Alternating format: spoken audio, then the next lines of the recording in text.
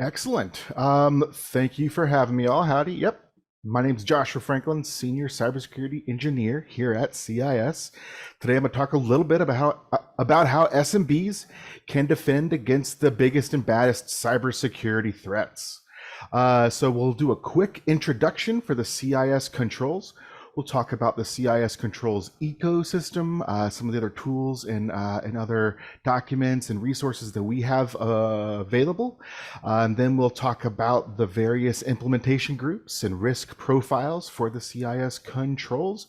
And then we'll do a deep dive or a medium dive. How about that? Into implementation group 1. So let's get the most important stuff kind of summarized for everyone up front. I assume the fact that small businesses are in fact a target by cyber criminals is no surprise to anyone here. I help my mother-in-law out with IT and security for her small business up in Oregon, and I'm always surprised the kind of traffic that she's getting, and she has got some scary looking logs, folks. So the CIS controls can help with this. You can view them now by basically Googling the CIS controls navigator, and a nice web app will kind of pop up that can, show you all the various CIS controls. The lowest risk profile for the CIS controls is known as Implementation Group 1, and that's basically meant to be able to be put into place on a nice budget. We think that this will likely work for many of the folks here. It's a tried and tested approach. You don't have to spend hundreds and thousands of dollars on assets and services, consulting and cloud providers. We work with small businesses, small and local governments, and other non-profits to help put these into place. It can be done for reasonable numbers, folks. The CIS controls are made to defend against the most pernicious attacks out there today. These aren't just made up by 15 people in the basement of a Marriott, right? These are what we have here are basically made to defend against some of the biggest and baddest threats out there. Specifically, we track many of the industry-leading threat reports that basically come out every single year. We also run a 24/7 security operations center, and so we have lots of data to pull from in malware, ransomware, web application hacking, insider and privilege misuse, and targeted intrusions are the top 5 threats today. At least that's what our data says, and that's what the CIS controls were basically made to stop. So the CIS controls are best practice recommendations that help enterprises focus their resources on the most critical actions to defend against real life attacks. They really are a prioritized set of actions that are designed to scale. They provide a logical path to build a foundation and gradually improve your cybersecurity program. They are developed by cybersecurity experts from all across the globe. They are a globally recognized cybersecurity standard with hundreds of thousands of downloads. They're also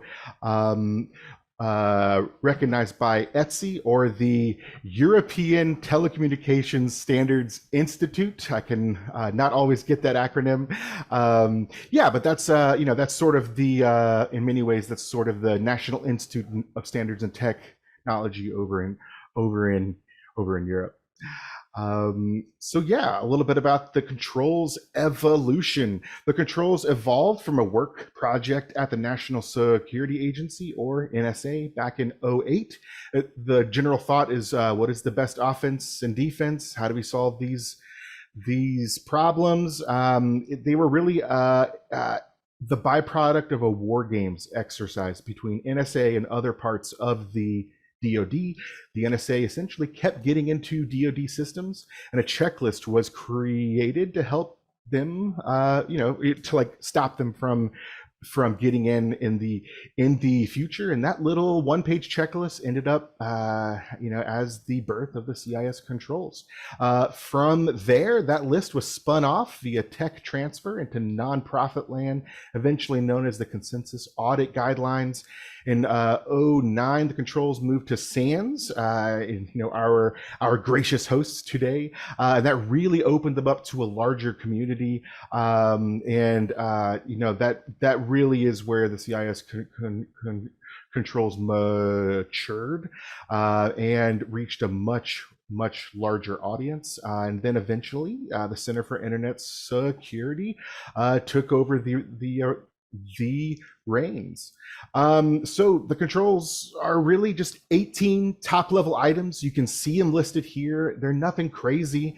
There's 18 top-level controls, and each of these blue boxes is essentially a control, and there's 153 safeguards or sub-controls, which is essentially a sentence that'll go under one of these, higher level boxes.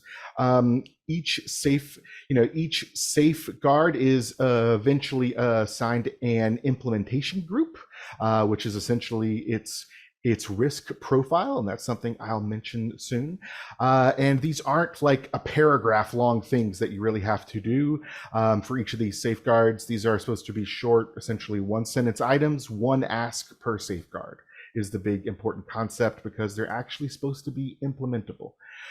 Kind of a hard word. I'm not going to say that again. Benefits of the CIS controls.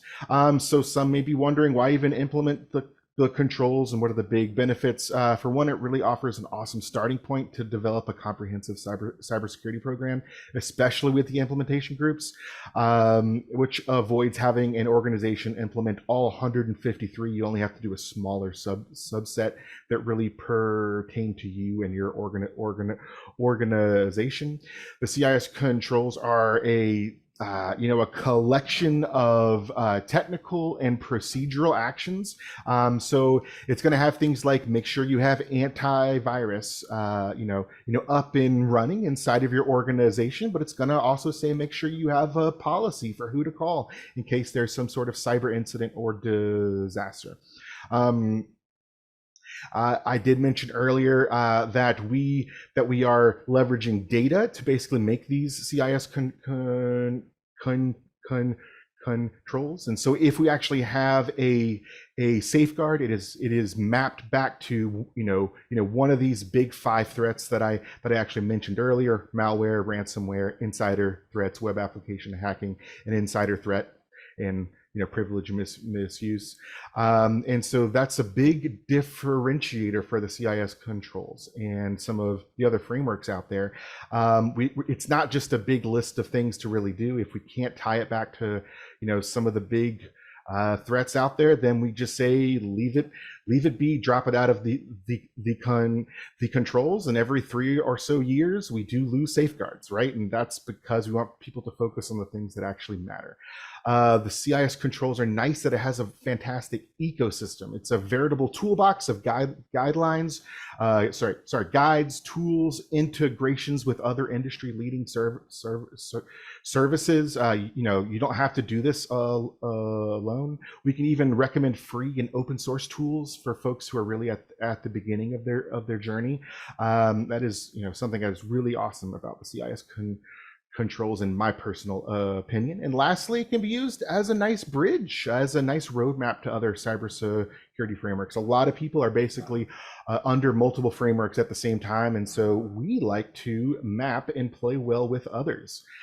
Specifically, what you're seeing here is many of the other frameworks that we do map with. And so if your state or county offers some sort of benefits for basically being compliant with multiple frameworks, then yeah, CIS can absolutely help you there. and all these mappings are absolutely free.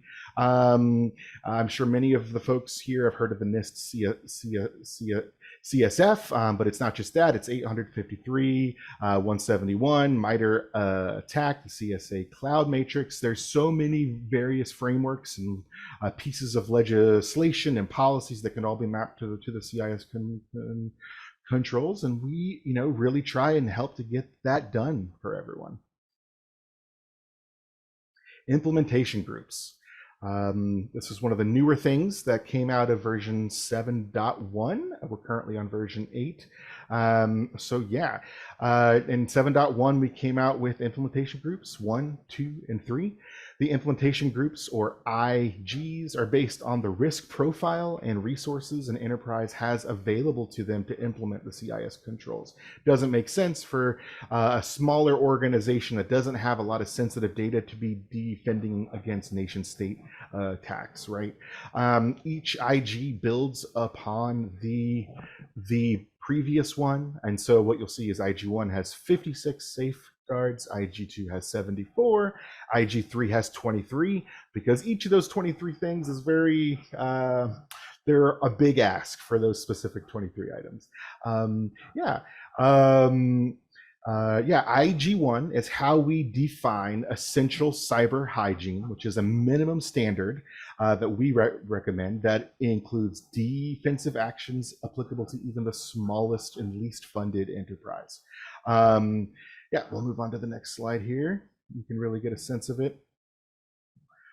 So this is what Control 1 looks like. It's nothing crazy, right? There's, if you want additional information here, there are, you can look inside of the controls document for a complete picture of the first control. But what you're seeing here is just, Control 1, inventory and control of enterprise assets.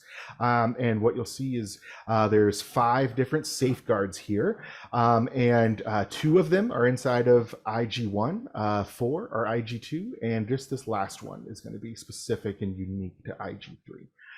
So just, I think, helps folks just get a good grasp of what we're actually looking at here. So for IG1 specifically, inside of this first control, we are basically saying make sure that you're establishing and maintaining a detailed enterprise asset inventory, which is, that's not a small thing. It means basically having a list of all the IT that's inside of your organization, right?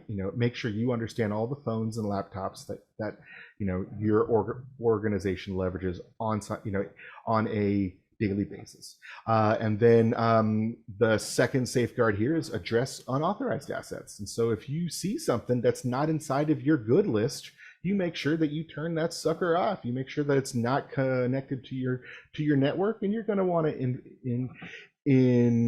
investigate that a little bit, right?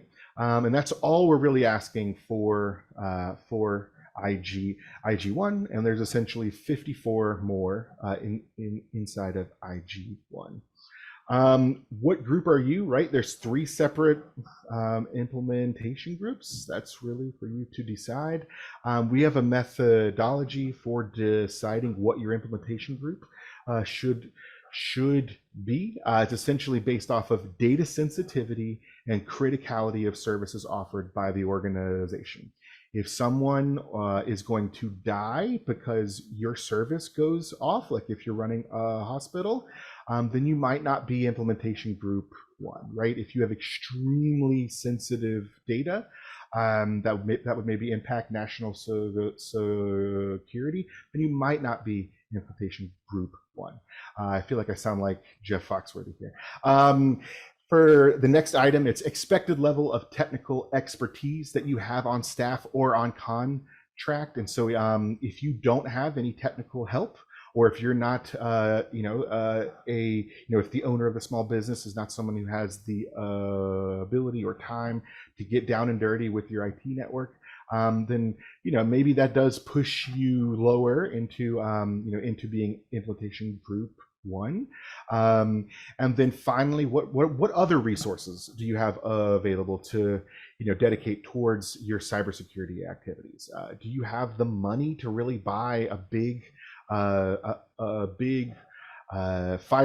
firewall that has millions of different options that you have to take a 40-hour course in order to understand how it really works. If you don't really have that, then you're probably more on the implementation group one side of things. I did mention that the CIS controls sort of have a built-in roadmap earlier, and what we find is that a lot of folks just start with IG1 anyway, even if they're a Fortune 500 company with a 200-person IT staff, right? They want to start with IG1 anyway because they want to have a nice holistic approach. So if you have to start with IG1, there's nothing wrong with that. There's giant companies that are right beside you. So let's talk a little bit more what's inside of Implementation Group 1. It is the touchstone for what we call essential cyber hygiene in any organization. It offers a foundational set of actions for everyone. We think everyone should be doing these 56 things, right? It has 56 safeguards that were selected from all of the other ones. It really leans procedural versus technical. So there's a lot more like making sure that there's a process in place for doing X, Y, and Z. Make sure that you have documentation in place for actually doing A, B, and C. Don't get me wrong. There are some more technical items inside of it, but it really does lean procedural. The big deal for many of the small businesses that we work with is that the impact on usability should be low as well. People should not be getting locked out of their systems just for implementing this IG1 set of recommendations. Folks should not be prevented from doing their day-to-day tasks, essentially. I'll say that IG2 and IG3 are a good deal. They are a good deal different. For IG2, you are going to need a dedicated IT staff that may even be bifurcated in between IT and cybersecurity. And for IG3, you need a larger organization. So for the 56 safeguards, I've sort of grouped them into 6 different categories here. And each of these categories has somewhere between 5 and 15 safeguards, but I only have one slide for each, just in the thought of time. And these can be seen as like just sort of memory joggers, something to put in the back of your head. If you're interested in implementation group 1, this will sort of give you a flavor of what's inside of it. So for inventories, nearly every list of security things out there will tell you that you have to know what you have first before you can really get into the nitty-gritty of cybersecurity. And so that really means inventories. And with my mother-in-law and her small business in Oregon, it means I don't want to go visit her around Christmas time because I'm going to have to do inventories inside of her shop. But I'm trying to be a good son-in-law, and in part of that, for her inventory is that we are basically looking at every single laptop, every single camera, every single phone, the actual cash register, routers, literally every piece of IT there. It needs to be put into a nice list so it's nice and trackable and referenceable when you find something new that shouldn't necessarily be there.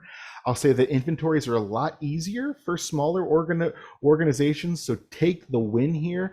A lot of folks come to us with 50 years of an organically growing IT network that's gotten way out of hand, and that is something that it's a lot harder to really do a nice inventory on, because there's stuff in closets or a system connected to a part of the network that really shouldn't be connected to the internet, but it actually is, and people find ugly surprises all the time. And so this is totally implementable with a nice Excel spreadsheet, right? It's that's the cybersecurity engineer's main tool of choice, is just keeping keeping track of stuff. And what's awesome about inventories is that they supercharge all of the other controls. Because if you know everything inside of your network, you can then properly do secure configurations and hardening. You can properly make sure that antivirus is installed on every single one of your laptops, and that those that there's no software that's supposed to actually be on all these other assets. Yeah. The next category is protecting your assets. Now that you know what you have, you know what you need to actually protect, right? If you're missing something off of your inventory, it means that you're not properly protecting it. And that's important because in modern networks, data isn't just sitting on like a simple file server in Tyler's closet, right? It's, data is everywhere, strewn across multiple cloud service providers, even if it shouldn't be, right? So we really need to make sure that we are, making sure that we are securing all of the assets on our list there, that we're patching all of those assets inside of our inventory, and that we're encrypting all of the traffic inside of our network. Again, that's way easier if you're smaller and you're using just a nice, Wi-Fi network with WPA2, and that you need to have antivirus up and running on all corporate assets. Next is protecting accounts. This should be no real surprise that authentication related issues are an important thing, right? Folks' accounts for social networks and various services are getting broken into all the time, right? And so you need to make sure that you know what accounts are being used for your company, and that each of those accounts has basic protections turned on. And so that's basically going to be using a unique and strong password, and multi-factor authentication is your friend. If you are able to turn on any type of multi-factor auth, that is going to be better than using none. If you have folks who have, sysadmin or global privileges or super user, these are going to be IT folks who are going to have basically God mode over any of the systems. Those are some of the big accounts that hackers like to look for and try to leverage and steal. So if you do have any of those types of folks running around with accounts inside of your network, those folks should be using those accounts as little as possible, because they're such an attractive target. They should be using a separate account for looking at Amazon or Facebook, right? They shouldn't be browsing the internet with all their privileges. Next up is backing up your data. I know this one's really boring, right? But taking backups is extremely important. Making sure that you can actually leverage your backups is just as important. Doesn't help to have a nice backup that is hasn't been tested in 10 years or updated, because they're just absolutely critical nowadays for defending against ransomware. And it's not just having a workable backup. You need to have this actual backup that's not online. It's not connected to your network. That way, if you do get ransomware and all of your data becomes inaccessible, you are then able to just maybe lose a week's worth of data max, and reinstantiate all of that data and just go about your day. There's many vendors out there that can help store data off-site, but you can do a lot of that on your own by just taking backups maybe to a nice safe in your house. And this doesn't have to be backing up everything at one time. It is, a lot of times this is a piece by piece effort. So folks really need to start with their critical business data first. So yeah, you can just put it on a thumb drive, right? It can be as simple as that at first before you get a nice a nice process in place. Awareness training. I know folks may not like sitting through a nice PowerPoint presentation, but cybersecurity awareness training is very important, right? Because a lot of the security challenges are more on the people side of things, and hackers know this, right? They know that there's that weak link there, and so they like to take advantage of trusting employees that will be happy to click on links and download malicious software into your network that's going to end up costing you thousands and thousands of dollars to get fixed. So the CIS controls recommend that folks have a formal cybersecurity awareness program in place, and that folks teach stuff like authentication, best practices, best practices about data exposure using insecure networks, and who to actually call if employee sees that there's some sort of incident. There's lots of great stuff on YouTube for cybersecurity awareness training. It just takes a little bit of Googling. Now this is the last one, incident response. Breaches are just going to happen if you run your company long enough.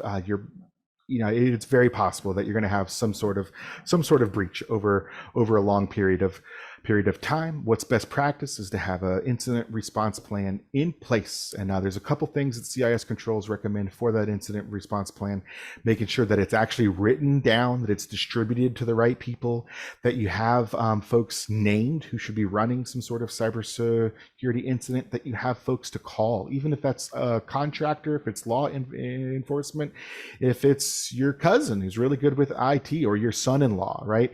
There needs to be someone in place. And then you want to make sure that you're actually testing these plans on a semi-regular basis. You just want to know what to really do, and you not have to make big confusing decisions in the heat of the moment. So just to sort of wrap up, the CIS controls can really help out. There's lots of just awesome cybersecurity goodness inside of there. I recommend folks start with Implementation Group 1. We have tons of tools and companion guides available. If you have questions, you can reach out to me at controlsinfo@cisecurity.org. We're all very nice people. We would be absolutely delighted to talk with small business owners and just field a few questions, right? We just kind of want to make the world a better place. That's the name of the game when you're a nonprofit, right? So thank you to SANS for having us today, and I hope everyone best of luck on their cybersecurity journey.